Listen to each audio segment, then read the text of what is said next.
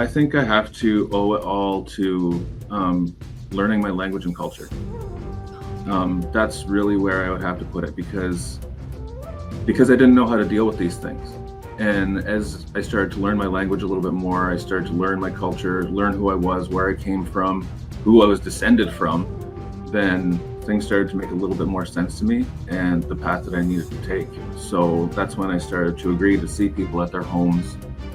People would call me, need me to do reading for them, or call me and need me to smudge out their house, different things like that. And then I was kind of comfortable with that, you know, and then those ghost hunting shows came out, like Ghost Hunters and Ghost Adventures and all those things. And they started using all these equipment, and I was like, hey, I can do that with my eyes. And if I have something that I can use to back it up, then we're golden.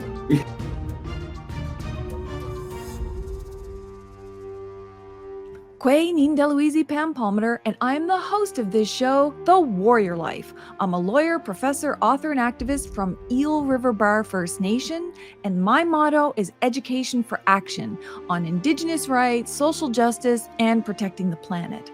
And on this podcast, you get an education of a totally different kind. It's one that's enriched by the cultures and insights and lived experiences of Indigenous peoples of all background, all over Turtle Island. So there could be authors, artists, musicians, academics, paranormal researchers, leaders, land defenders, water protectors, all of those people on the front lines of Indigenous resistance, resurgence, and cultural revitalization. And I cannot believe the luck I have today. Honestly, I'm trying to calm down because this may be the most exciting podcast interview I've ever get to do. I have this amazing team on my podcast today, and it's going to be such an amazing show. So make sure you stay tuned. This is one that you don't want to miss for sure.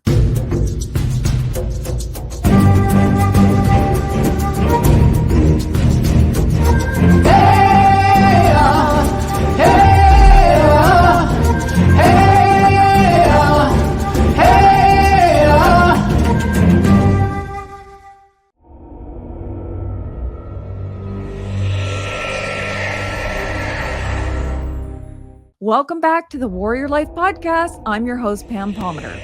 I have a question for all of you listeners, viewers, or closed caption readers. What do you get when you mix paranormal phenomena with Indigenous peoples? And it's probably not what you think it is. No, it's not a cursed burial ground or a haunted house cursed by Native people. You actually get something that's really awesome and based in tradition and story. You get the Indigenous Paranormal Society, and I am just beyond excited to have them here. The first person we have sitting there, we have Kenhtè. He is a language and land-based education teacher. He's also the founder of One Dish Project. So many of you probably already know him and his work. I mean, I've been following him for years. And he's also the founder of something really cool, Two Row Coffee and Tea Company. I don't have that yet. I didn't even know it existed, so I cannot wait to get some. And he's also the founder of an amazing Indigenous Paranormal Society, which uses Western science to prove what he's always known. And I think what many of us have always known. And he works with, just one of his team members is Natasha Darling. Oh my gosh, I just love her. She's so amazing. She's just done so many varied things. So she has been a part of the Indigenous Arts Collective of Canada.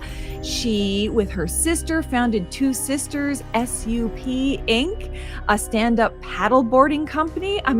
Oh my gosh, how are these two things even go together? And she does water tours. She's really dedicated to protecting the water and educating people about the water and connecting people with water. So I think that's a pretty amazing way to do it. She volunteers her time with the Indigenous Paranormal Society, and I don't know if there's a membership, but I'm thinking I may have to sign up at some point here. And she just does so many other things, but I will let them tell you all of that. I don't want to spoil the surprise. Thank you so much for being here today. I am beyond excited. You can see I have my hoodie. I have got my teacup, which will be for two-row tea at some point in time. Thank you so much for taking the time. Oh, Nyawago, I'm so excited to be here today. Thank you for having us. So, Sha'tekayènton yung gets, waganyatan ni wagitarodo, gontegenagare. So, my name is Sha'tekayènton. I'm from Tyndonega Mohawk territory. It's actually Kenhtè. So, yeah, as you were saying, I'd formed this Paranormal Society more because I wanted to prove what I already knew. For about 25 years, I've been called by people and been to see what's going on in their houses. So with that responsibility, I've had to go and I've had to learn across different territories. So Six Nations and Akwesasne, I've spent a lot of time in those territories, traveled around our Confederacy area, gone out west. So there's a lot of just education from our people that I've tried to get to make sure that I know what I'm doing and make sure I know that I know how to deal with all the different things that go bump in the night and sometimes in the day. So yeah, so it's a lot of experience, I guess, went into this, and it was kind of one of my responsibilities because when I was named Sha'tekayènton when I was I was 3, and it was by my clan mother Delia Cook in Akwesasne, and so I spent quite some time with her, a couple weeks, I think it was. And then by the end of it, she came out and she said, his name is Sha'tekayènton. And then what it actually means is he is in two places, and in reference to this world and the spirit world. So she already saw what my responsibility was going to be. And I did struggle with it for a long time because I didn't understand it. And growing up was really difficult. And there was even a point in time where I was like, wait, not everybody sees this stuff, So, but yeah, so it's really nice to be able to have a team with me now that's so like-minded and willing to look into these things. And it's not weird, it's Yeah. not strange, it's not odd, because they understand, we're not the only ones here. Oh my gosh, no kidding. And Natasha, how on earth, like, I'd love to hear about your background and also how you got teamed up with this paranormal society. Sega, Natasha Yunyats, Waganyan Haga, Gondege, Ganagere. I'm Mohawk from the Bay of Quinte, and I actually grew up in the Kingston area. But I moved back here to Canada 2 years ago with my family from California. And I'd already been researching my genealogy for a while. And then I started noticing the paranormal work that Sate was doing. And I signed up for the first 2 tours as like a fangirl to learn more about history in this area. And then there was a call to join, and I was like, pick me. That's how I got here. Well, that's really exciting. You see people from all different backgrounds and the things that they've done, and then they end up working on a project together, and you think, how did these people come together, right? But I want to back up because I always like to know everyone's background. So obviously, you knew that this is going to be an important part of your life. You had a connection. You've got your traditional name, which is connected. You're connected, obviously, to all the Gayankahaga communities. What were you thinking when you were growing up? Did you know right from you were a child that it was going to be this specific thing? Like, is this what you were thinking about when you were going to school, or did you think you were going to do something completely different? I honestly had no clue what it was going to look like. As I was growing up, different elders would tell me different things because it can look like different things. So the main message that they gave me is that you're always going to be on call. There's always going to be somebody that needs you, and build yourself a community. So I didn't really know what that meant. I didn't know what that looked like when I was younger. But as I started to grow up and started to be more comfortable in telling the stories and be more comfortable about saying like different things that happened to me or different things that I've seen, especially around the territory, then I don't know, it started to get a little bit easier. And then as I was an adult, it started to get a little bit easier as well. Dealing with those things as a teenager was really, really, really difficult. Yeah, because you kind of bottle those things up a lot, and you hold on to a lot of teenager stuff, trying to fit in. And when you see ghosts and you can hear things and you can do that kind of stuff, it doesn't really screams fit in, So Wow.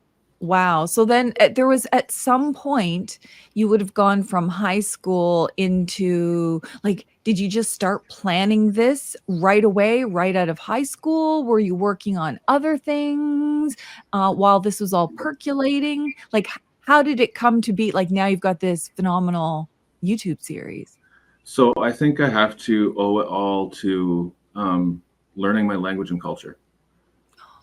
That's really where I would have to put it because I didn't know how to deal with these things.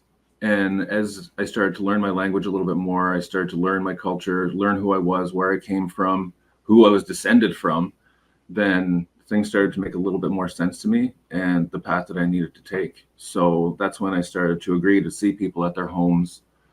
People would call me, need me to do reading for them, or call me, need me to smudge out their house, different things like that. And then I was kind of comfortable with that, and then those ghost hunting shows came out, like Ghost Hunters and Ghost Adventures and all those things. And they started using all these equipment, and I was like, hey, I can do that with my eyes. And if I have something that I can use to back it up, then we're golden, So then it was something that I'd always wanted to do for a while after that, for a good 10 years at least. But I'd never really had a plan to do it because the like-minded people, and here I'm going through to be a teacher, and I'm teaching community, and I'm building a community project, and I'm just doing all these different things, right? So it kind of it looked to me more like one of those pipe dreams where, yeah, this would be great and it would be cool and stuff like that. But I would never thought that I would be sitting here with an amazing team member with a whole bunch of equipment speaking to you about this. This is not where I saw it going at all. But some of the best things in life, I think, are the ones that you didn't actually plan. I think sometimes our youth think we have to have this document. It's like this happens first, and this, and this, and this. And if you deviate, everything is all for naught. When in fact, you might not know your path. You might just end up someplace cool because of things that you do. And you have ended up in this really cool place. And Natasha, I'm thinking about you because like you've done a bunch of different things throughout your life. Can you just tell us some of the things before you came to this society, things that you were doing, and whether you had any interest in this when you were younger? I mean, I think I've always had an interest in it, but it's always just come from books. And like, it's been really interesting because since I've joined this team, it's kind of validated a lot of the things that I've been feeling. And it all makes more sense to me now. And kind of like what Sha'tekayènton was saying about like knowing where you come from and understanding the culture and language. Since I moved home, I've started learning our language, and that just completely changes your worldview and your view on this work. But it's so much more than ghost hunting, because this work, like, it's the food sovereignty garden. It's supporting language and cultural revitalization. Those things are very important to us. And that's because we know where we come from. Like we were just talking earlier about, like we have a shared sixth great grandfather who helped found this community. He brought 20 of our families from Fort Hunter, New York.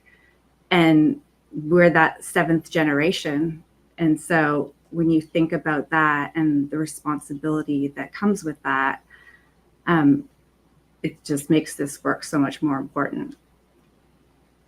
Yeah, I had a community member actually reach out to me not too long ago, which reminded myself of why we do it. And I had to respond. It was just because he was afraid we were just calling out and provoking things. And I said, no, don't worry. We know that there's people that are still here, and not necessarily everybody needs to pass. Mhm. And we're not calling people from across the sky. We're not calling them from their resting places. Also, we're just looking to see if anybody wants to finish telling their stories, because there's like, we're looking for unmarked graves of veterans. We're looking for stories of different instances that happened, and to be able to find those things from our ancestors, you know, because we do have that connection with them here.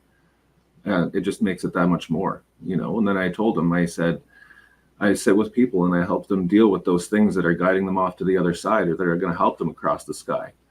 And it really put his mind at ease, because there were people that were worried about that, Mhm. about going in and stirring up loose spirits. And I said, well, they're already loose. They're already loose. We just need to figure out what they want and how they need to be taken care of. Well, I'm glad you addressed that because I've always heard that concern too. And to be honest, with the other like non-native paranormal shows, some of the ways in which they act seems very extractive or colonial minded. And it always like I've always been conflicted because I love all those paranormal shows. I love all of it. But what I don't like is that part of it, how they incorporate, "Ooh, must be a, haunted cursed native burial ground," like, natives get blamed for every haunted house that has ever existed, and I'm thinking, can you not be a little bit more original than that? Can you just not do some research and I mean, I just feel like they won't know any of the rules. Like in some native cultures, if someone just passed, you're not allowed to say their name for 3 days, right? So if you were these non-native groups, you'd be like, "Hey, let's just go in and do whatever." But I feel like you would have some cultural sensitivity and knowledge around all of that. Oh yeah, absolutely. When we bring things in, we ask who they are. We ask if they're willing to speak. Sometimes we get a no and we'll move on. So sometimes they don't want to talk to us. But when they do, then we try to make sure that we're really respectful of their space. So if they don't know they're dead, then we pass on that information to them. We always make sure that we bring some sort of an offering for them, depending on the location that we're at. The last location we were at, we brought some minomen, some wild rice, and we left a little bit of that there. We left some tobacco in other places, but the way that we approach it is like very, very as if you're approaching somebody that's alive. You know, you don't want to just walk into somebody's space and start like provoking them, because they're gonna get mad and you're gonna get those reactions. And we're not looking for those kind of reactions. We're looking to tell their stories. We're looking to have their voices heard. If there's something that they need to tell us, or if they didn't get a chance to say it, that's what we're looking for. We're not looking for those angry spirits or those hungry ghosts, you know, but Mhm. at the same time, we do run into them, and it's actually not very often. Like we have Well, to go that's good. trail Yeah, we'd have to go back all the way to the Mohawk Trail. Oh, from wow. last weekend Mhm. to take that offering still. Yeah. Yeah. So there's very rarely do we get real malevolent spirits. I think we only got really one really, really bad one in the past couple of years. But again, with protection medicines and knowledge Yeah. of medicines and different protection from not my side, not just my side, but we also have non-Indigenous team members who have protection knowledge as well. So whenever we do tours or whenever we do an investigation, whenever we do any of that kind of stuff, we always make sure we're heavily protected, and that we always cleanse ourselves off afterwards. And when we speak to them before we leave, we always thank them for speaking to us and then say, you stay here. This is your spot. This is your space, and you can keep it. Well, that just sounds like literally what you said, how we respect our elders, how we respect our ancestors. I mean, I know it's different in all different native cultures. Mi'kmaq is not the same as Gankahaga or Wet'suwet'en, but this concept of leaving a plate out for ancestors, like at a feast and things like that. So it's always just been so naturally a part of us. But I think, with colonization, it's kind of been vilified somewhat. Yeah. Natasha, I'd love to hear what you do on the show. So just pretend I have never seen the show and people are listening and they've never seen or heard the show. What's your role in it? I mean, my background is in marketing, so that's a big part of my contribution to the show now. Um, I love to take pictures when we're on our tours and on our investigations. And I don't know, I kind of see myself as I'm learning so much, but playing more of a supportive role. And Mhm. I mean, it's incredibly healing to do this type of work, not just for me, but for my family as well. Like when I Oh. started this, um, like my father grew up thinking that his mother had abandoned him. And so Mm. throughout genealogy work over the years and finding um, like newspaper clippings and stuff like that, just to see him learn the truth and change his perspective on who he is, and just even the things that like I've been learning over the past couple of years. um, we have a really, really amazing research team at the Mohawks of the Bay of Quinte, and they've been so supportive of the work that we're doing. But um, learning in the past couple of years about the Thunderwater movement here, which actually took place like where we are, and like Wow. we have great grandparents in photographs in that book. So our answers were activists. And I didn't know that until I moved back here and started learning more. So when you kind of like, it kind of feels like you're kind of taking over for them in some ways by helping them to finish telling those stories. Mhm. And so research, that's my area. I'm a history geek, or I've become one over the past several years. So I just love learning about the places that we're going to investigate and trying to find as much background information as I can, dig through old newspapers and kind of help to tell those stories, or go in kind of armed with some information to help us connect better. Well, that's so important. I think of any show, any radio show, TV show, YouTube show, you name it. It's the whole heart of it is research, knowing where you're going, what you're doing, um, what could be there, what the history is, finding things that maybe someone else didn't know about. I mean, I think that's pretty cool too. So I'd love to ask you, Satya, like what all the different team members are. So again, just pretend that I have never watched your show. What are the some of the roles? Like, what's your role? What's the role of other people in all of this? So everybody kind of has a hand in everything. So we kind of work as one unit, because I don't really believe in that hierarchical stuff. Even though I was the founder, I don't consider myself like my word is the end. So there's lots of collaboration. There's lots. Everybody's doing research, but I think what I mainly do is try to make like I'll go through the house first during an investigation. I'll do a reading of it. We just had another member sign up, Leah. So she kind of has the same gifts as I do. So we'll have her go through as well. Shelly, she's also able to speak with the past, and she's really good with animals. So whenever we get spirit animals walking around, like which sometimes does happen, she's really good. Blaine, he's on camera and audio, so all of the footage that you see was lately was shot by Blaine. Um, but I think I spend a lot of time with the actual editing and putting things together, listening for any evidence, anything that happens. So I'll be the one that's kind of sitting and watching the footage for hours and hours and hours just to see what we find. So, Because you yeah, really don't know no, always. Like, I mean, we do an investigation, we're really excited, and like we have things coming through the spirit box, and but until it comes out. So last night was like the first time I got to see our last investigation and see what really was uncovered. So now we want to go back. Like yeah, we want to keep going back to the same places. It's like a photographer. You want to visit the same areas at different times and see how you can like capture different things.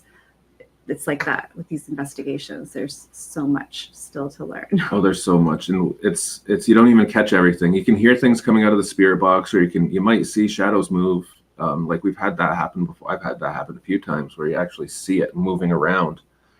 But there's times where you need to go back and you actually need to turn the volume right up on all of your editing software and just listen. And there was a point where I did that and I actually heard children laughing in a graveyard. It was about 1:30ish in the morning, and it was clearly kids laughing in the graveyard. And me and another member were at least a half a football field away.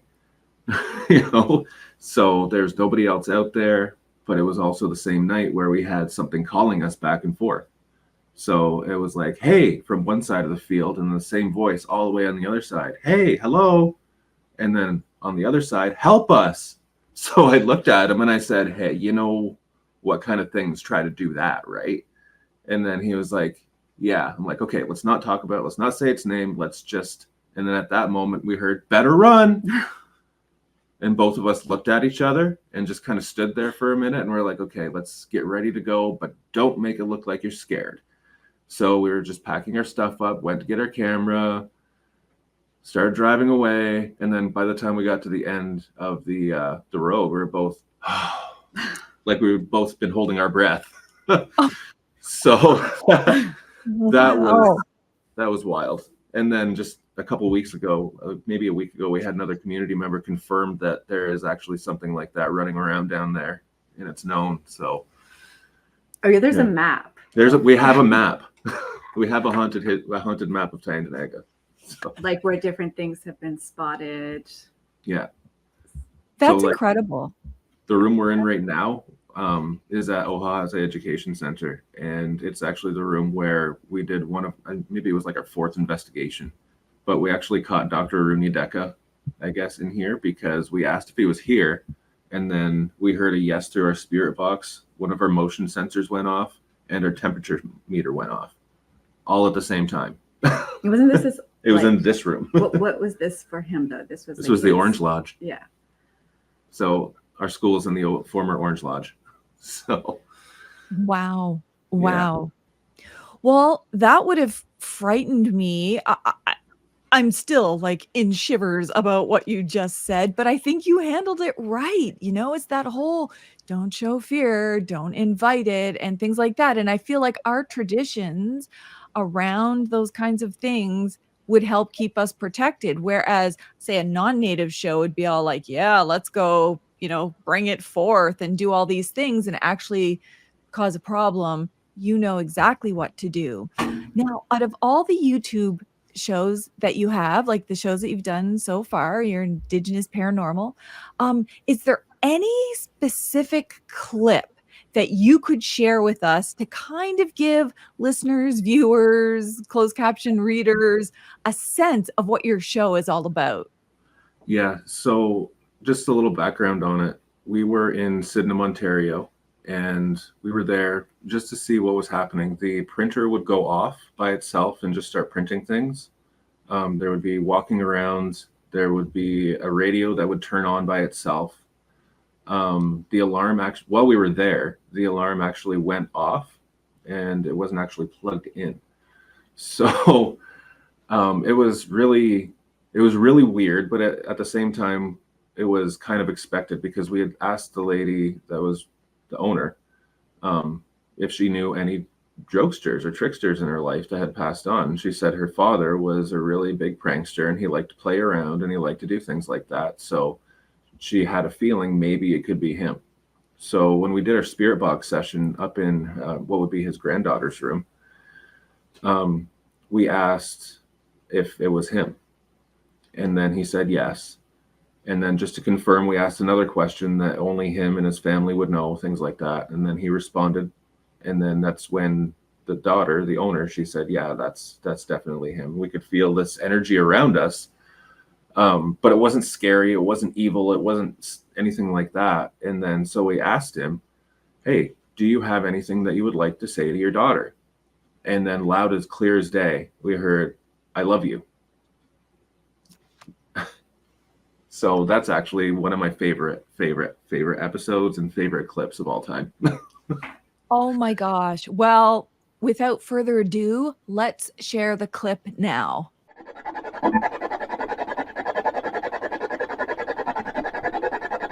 Who's playing with the alarm clock? Is that you, Daryl? Me? Okay. Were you the one playing with the printer? You know me? The guy in jokester? Was he a jokester? Okay. Yeah. Do you have a message for your family?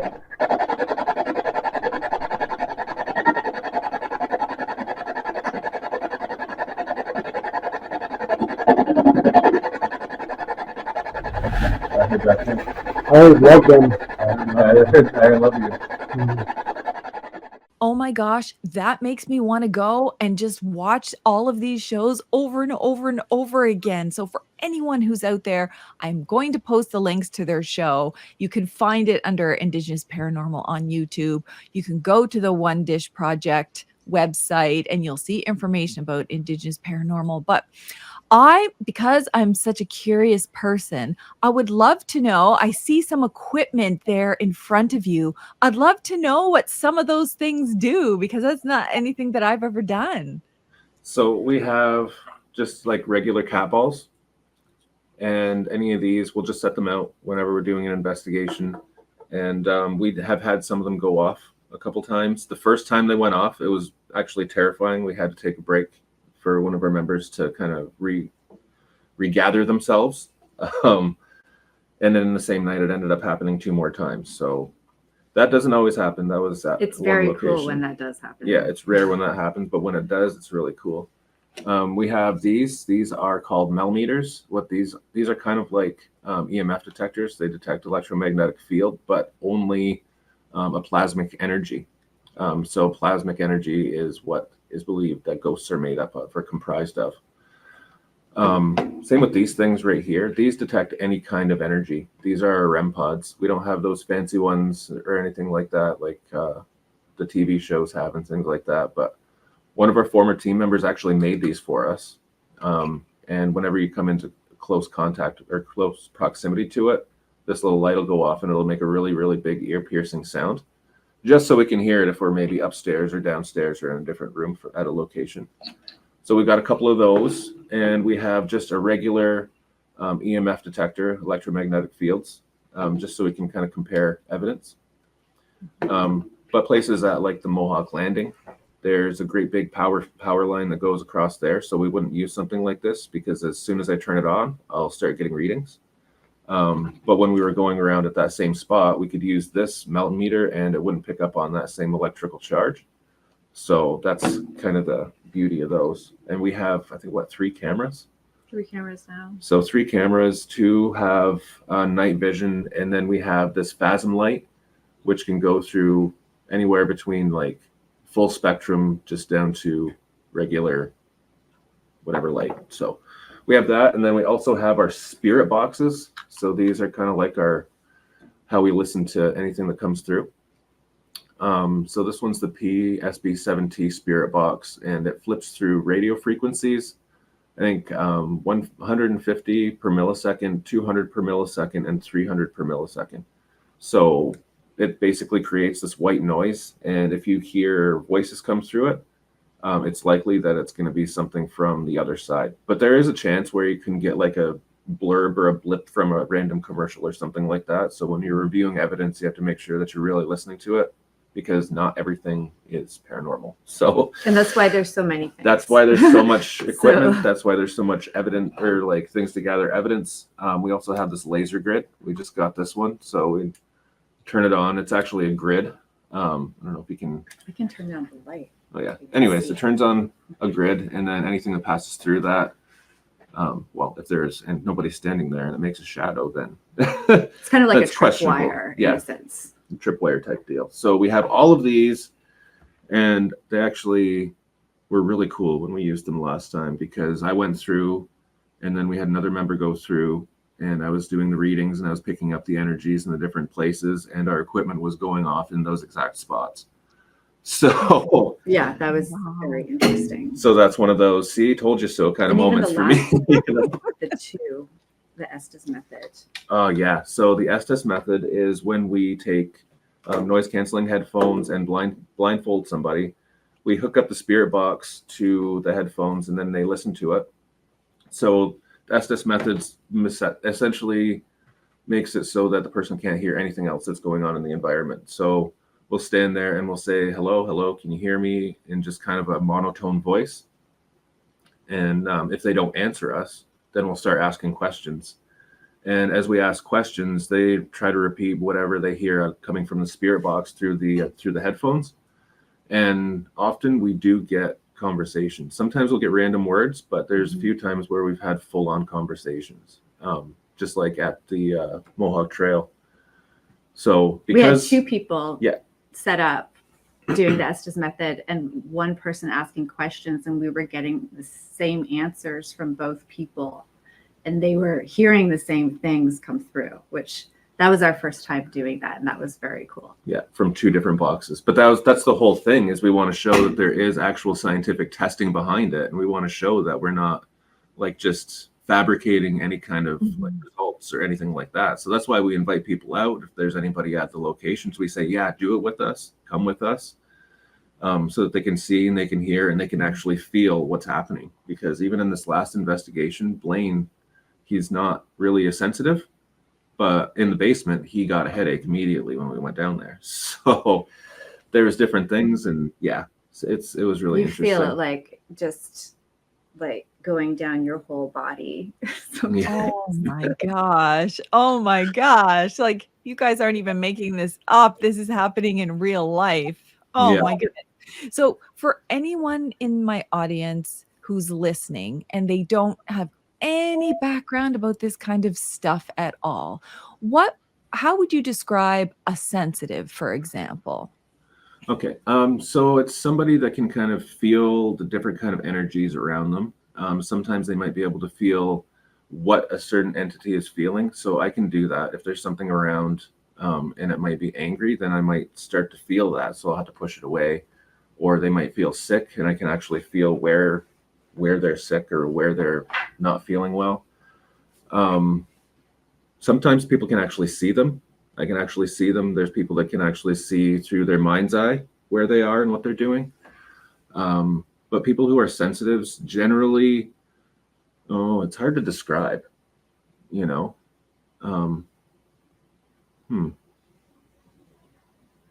That's a good description. Your senses in different ways. Yeah. Like it's like your senses are with heightened. Your eyes and hearing, like you just doing it. Yeah, like for instance, sometimes I smell a certain smell and I know that there's somebody around. So it's just that connection, that communication, and also the training that I've had to be able to, as soon as you get those thoughts and feelings and whatever comes next, you need to be able to connect those, you know. So it's being aware, not of just yourself, but of your surroundings, because there's always those different things that hide in the shadows. Like that's in our teachings. So sensitive people at night have to be a little bit more careful. And I've found that over the years, I have locked myself up or been in my room or in my house at night. You know, that's kind of where I am. Or if I'm going out, I have a sense of protection around me. So, yeah. And I guess those sensitive people do get affected emotionally a lot easier than, you know, people who aren't necessarily. So, because it's almost like we feel harder, you know. Well, legit, like, think about it. Think about all the things you have when you're a kid or you're grown up before adults kind of talk you out of what you know or what you see or what you feel. That kind of instinct. You cannot see something, but the hair stands up on your arms because you're like, oh gosh, like something is here. You know, it's just one of those, I feel like it's an instinct that most people just kind of toss away consciously or unconsciously as they get older. But to know that there are some people who really get a sense for, oh, that's bad energy, that's good energy. Like I know some elders who do ceremonies that they have told me they've, you know, shook the hand of someone and then had to go do ceremony because they could feel the negativity in that person just from the handshake, you know, and not everybody could do that, for example. Are you the only one on your team that has this kind of heightened sensitivity, or is everybody kind of in that realm? I think we're all at different levels. I think mine's a little bit more heightened just due to me practicing and being in it more You're often. a lot more heightened. Yeah. So yeah, that's actually funny. We have our dowsing rods here, and when we were on our last tour, Shelley was trying to explain how the dowsing rods would work, but they wouldn't stop pointing at me. And they're pointing like this, Yeah. like big. So then she'd reset them, and then she'd put them back up again, and they'd go right back towards me. Yeah. So yeah, I had to actually move farther away so she could show them how the dowsing rods would work. Oh my gosh. Well, that's another thing. So why don't you talk about dowsing rods? What do they do? Because you don't see them on all the shows. I find like you see them on some of them once in a while, but it's one of those really old things that people have done. So maybe you could just talk about that a little bit. See if they'll do it again. So, oh. So these are the dowsing rods, and you start by asking it to show you yes. So show me yes. And then you would ask to show no. And then at that point, you could start asking yes or no questions. Is Dr. Aruni Deka here? Not right now. Oh. No. I guess that's a big no. Yeah. It takes some practice. And honestly, does. I'm not like, I don't use the dowsing rods as much. That's more Shelley. Yeah. When we're Oh. together. So she gives like a much better explanation of how they work. But They don't work great for me. like back to the sensitivity thing, I feel like even those of us who kind of came into this less sensitive, like your clairs continuously become heightened when you're doing this kind of work. It just really opens up, because I know from where I was feeling when I first got here, like it's different. I feel more now, like I'm more aware of it. And yeah, it's like like Blaine, like he's starting to feel so many more things, but just being around it. And like the first couple of investigations, like I felt like a hangover the next day, like the paranormal tired, hangover. like drawn. Yeah, it was. I looked it up. I was like, why do I feel like this? And it's paranormal hangover. So just learning how to prepare myself better before, during, and after, so that like you don't feel that way. Yeah, you learn a lot of self-care when you're doing this. But it also shows too, like that everybody still has that component of spiritualism to them. They still have that ability to see and feel, and it's always been that way. You know, like yeah, there have been other people that have had more of a heightened sense of these things and have been able to do more. But everybody has always had some kind of an aspect to it. And I think it was because of colonization that we lost it, right? Because we all communicated these ways. You know, we all had our ceremonies. We all spoke to these beings and these creatures and these spirits and the creation. So the animals, we knew. the plants, everything. Like there's even stories right down to why we can't speak directly to the animals anymore because of how we behaved, you know? So like it's just bringing those things back and showing our respect to creation again and making that relationship, building that relationship, because it's not about going out and provoking things. It's not about going out and, you know, seeing who can get scared. And it's not even about thrills, because I think that if people are out ghost hunting just for the thrills, they're not doing it for the right reason. You know, there's an actual thing to it. That's why we call them paranormal investigations, because we don't want to call it a ghost hunt, because that's not what we're looking for. You know, we're looking to build on our history. We're looking to build on the stories. That's actually one of the jobs of one of our new members, is to literally, that's just collecting stories from elders about their knowledge about death and the spirit world. We want to have all of these things together so that we can compile them, and so these stories don't get lost, you know? Because we share the same space as spirits. Like we're still Yeah. sharing the same space as them. So it just it makes sense. It does.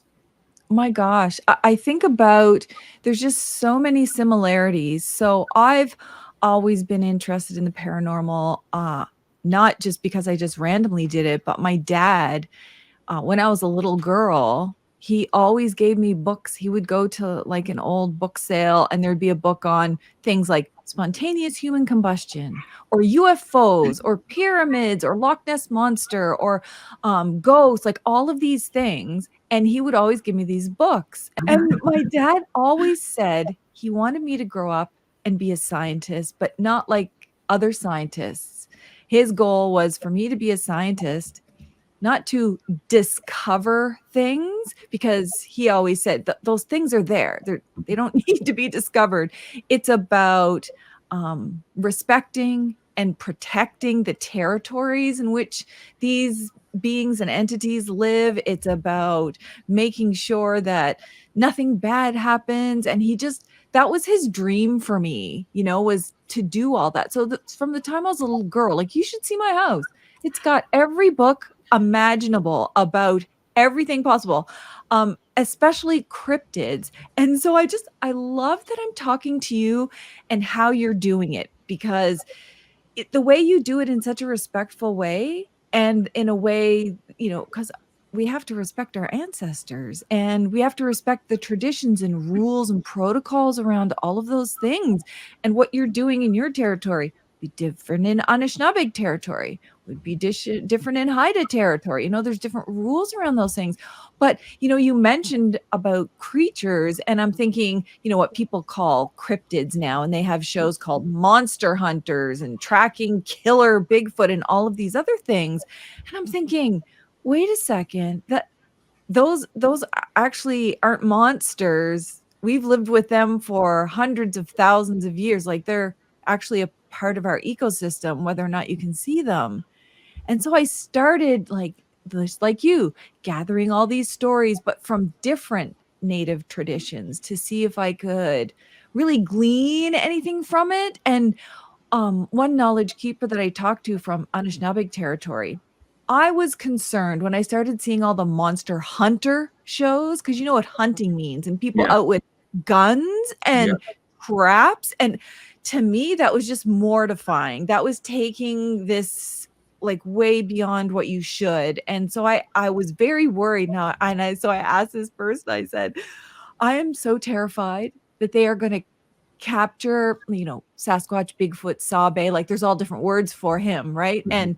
And he was like, well, why are you worried? And I was like, because there's all these monster hunter shows and everyone wants to be the one to prove it and discover it and put it in a cage. And he just said that, that can't happen, right? And I said, why? And then he shares all these Anishinaabe teachings about Sabe, what the purpose of Sabe is, the fact that no one can ever lay hands on Sabe, that he only shows, part of himself to you, but then you could be there and not see it. And so he really comforted me in the fact that, okay, it's kind of, I don't know, weird of me to think that I should be worried about going out there and protecting a creature who's been protecting itself for a lot longer than we have. But it still makes me angry at those shows, whether it's the ghost hunting shows or whether it's, the monster hunting shows. That's like, I love the idea, the whole paranormal thing that people are more open to nowadays. I just don't like the disrespectful kind of Christopher Columbus discover thing Yeah. kind of thing. And you don't give that vibe at all. Is that something that you started out with, this being very intentional about like all of the protocols and things? Yeah, because I know when I grew up in the Longhouse, I was very exposed to tradition and culture protocols my entire life. So if I was to go on back on that or any of that, I myself would feel awful and disgusting. So it was always a very respectful approach, and always knowing these stories, knowing where they come from, and even recalling the different things. Like my papa, he was always he was the one that was all for me, seeing stuff and encouraging me and different things like that. He passed when I was about 17, so he got me to where I needed to get to build on. But it was the stories that he told me, and the way that he told me not to be afraid of the woods. It was to always just announce yourself. And then he reminded me of the Edge of the Woods ceremony that we have in Guyana, and how you approach the edge of the woods when you're announcing somebody and you're coming into their territory. And so then that just kind of made sense to me. So whenever I started to just go into places, because I could see these things, right? And I could feel the different energies that were around, I just kind of in my mind, hey, I'm coming in, I'm not coming to bother you. So that was just kind of something that I got used to doing on my own, so that nothing would follow me around, or because I've had that happen. I've had things attach themselves to me, and I've had to do feasts. So I understand the protocols behind feasts. I understand like how to take care of different things, or to the point where you might not necessarily need any medicine. You just tell it to go away a few times, sternly each progressive time. But yeah, so there's all kinds of different things that you can do, that are culturally sensitive, and not have to like provoke things, not have to hunt things, not have to do any of that. You don't have to carry a gun. No, you don't have to, because if anything, that's not going to do anything. And if it wants to get you, it's going to get you, because that's what our stories tell us. So, and that makes it feel really safe for me joining the team in like I wouldn't have otherwise, like understanding the way, the protocols that we have and the way that we follow them and why, like that makes me feel safe doing this type of work. Well, yeah, I mean, that would be my first question, because I know, just as a Native person, I know it's different in every territory. Like how you participate in a ceremony is different, like how you enter, like all of those things are so different that if it was me, I'd be like, okay, what are the protocols? What should I or should I not be doing? Because I'm not Gangahaga. I'm not from Six Nations, Tandanaga, Akwesasne, like any of those communities. So it would be incumbent on me to want to know. Now, one of the things I definitely wanted to ask you is, I know you do tours, yeah. and I'm assuming are they public tours, or are they just like with you guys? And how do you handle it if you are inviting members of the public? How do you handle the protocols? So we do have ticketed events, and then we make sure that we post on there that it's drug and alcohol free, because we don't want to have anybody coming in with that kind of a mixed mind. But when people come and they do get tickets and they participate in the investigation, we make sure that we tell them all the protocols to everything that we're doing. So, for example, when we're doing an Estes method and we have somebody going under in their spirit box session, their eyes are closed, their ears are closed, we make sure that we go through safety protocols. But also we explain what we have with us. So sometimes we have white corn with us, we had wild rice with us. We'll explain what these things are and the significance of them and why they're important, so that people have that cultural understanding. Because one of the reasons why I started this as well as a YouTube series wasn't just to show people that there is such thing as the spirit world and that people can see and compare to the equipment, but I also wanted to use it as a form of education for people, so that they could start learning about culture, learning about different things without it being, without it getting to the point where they're able to appropriate it, but where they're able to sit back and understand what we're doing. So just that happy, like, medium spot. So you hold ticketed events, and you presumably take a certain number of people around, and you're doing this educational part. Is there ever a circumstance where some of the people or one of the people that are on the tour can also feel and sense and know what's going on?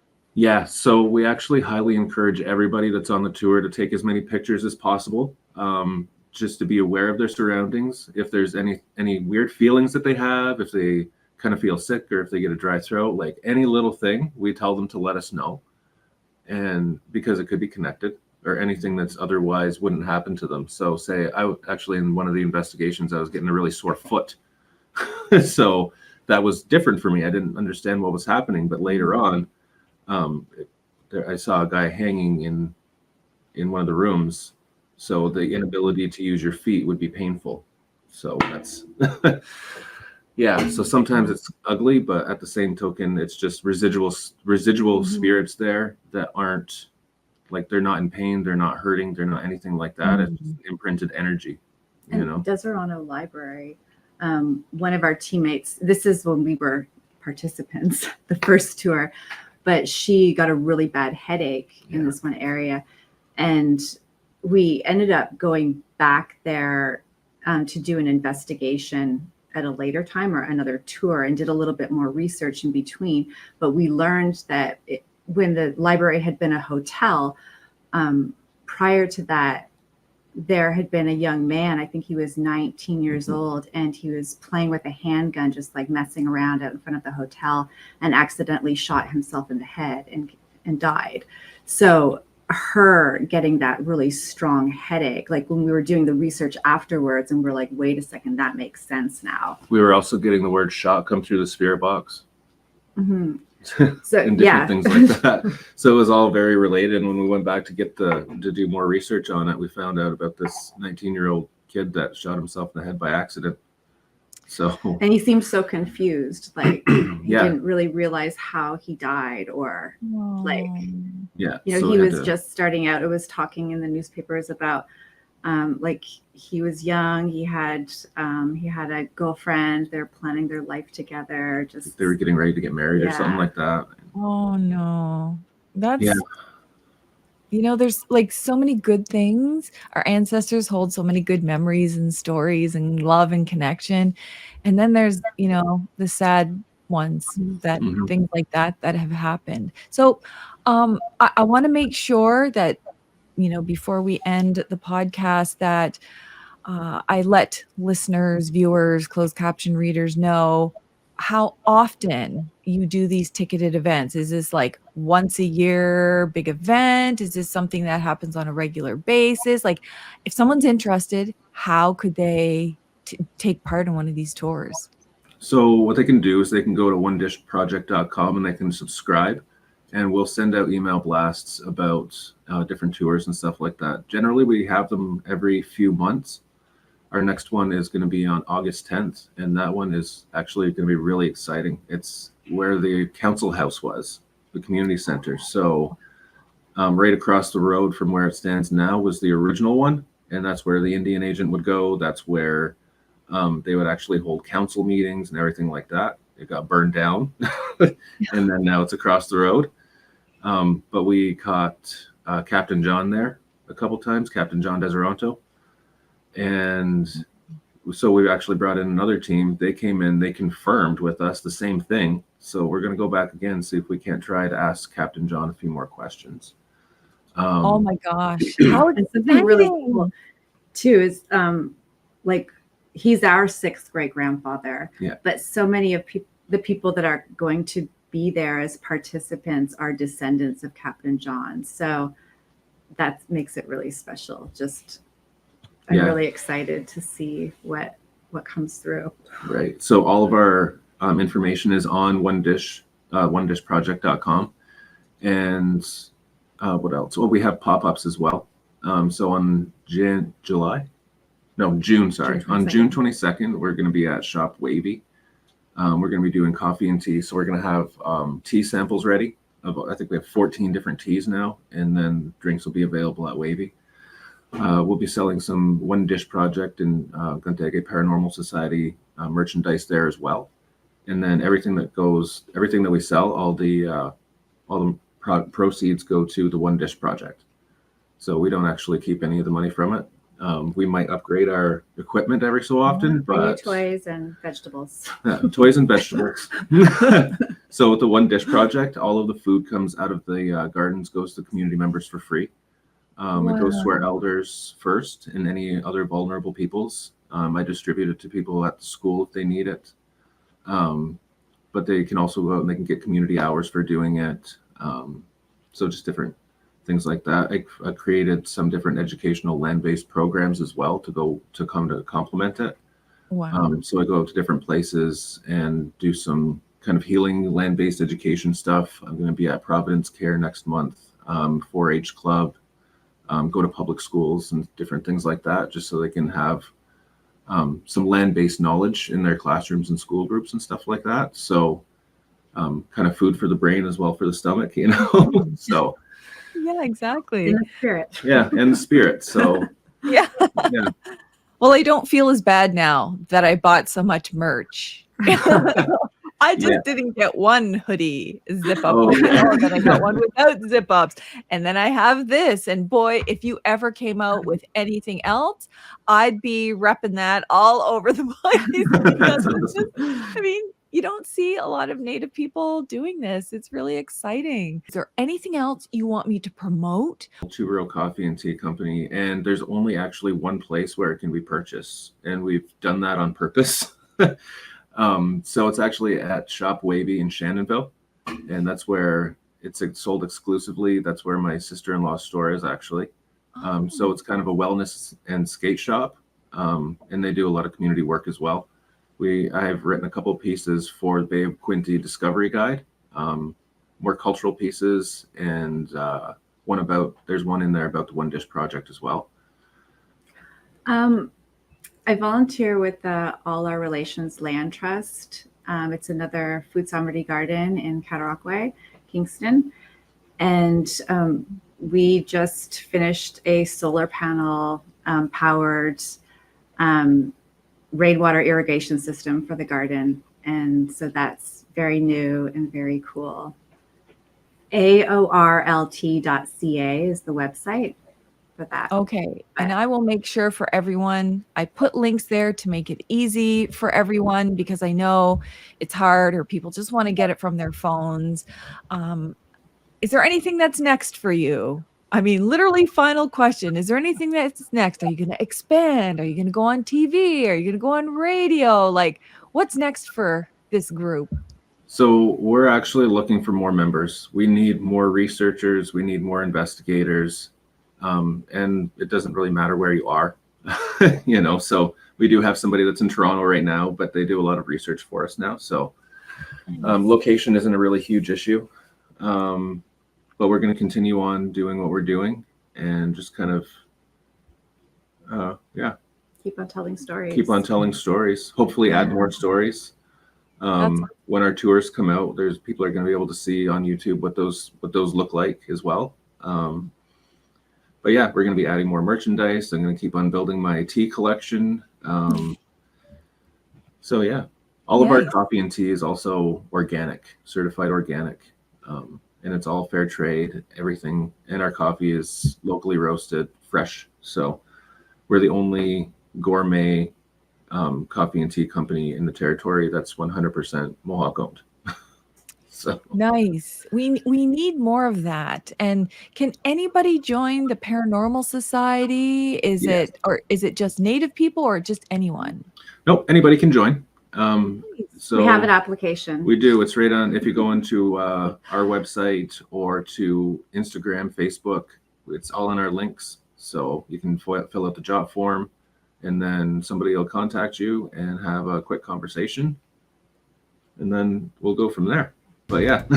Nice. Well, thank you both for taking so much time to talk about what it is you're doing, why the protocols are so important, what it is you're not doing, and I think that's equally important, and how anyone who supports any of this knows that it's supporting food sovereignty for Native people, that it's about helping communities. And I think that's probably my favorite aspect to it of all, really. And so thank you so much.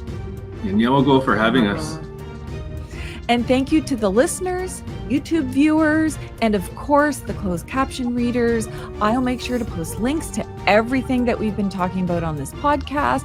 Thank you for your support. Make sure you share this far and wide and help promote the Indigenous Paranormal Society and the YouTube series because it's supporting communities. And people ask, what can you do for reconciliation?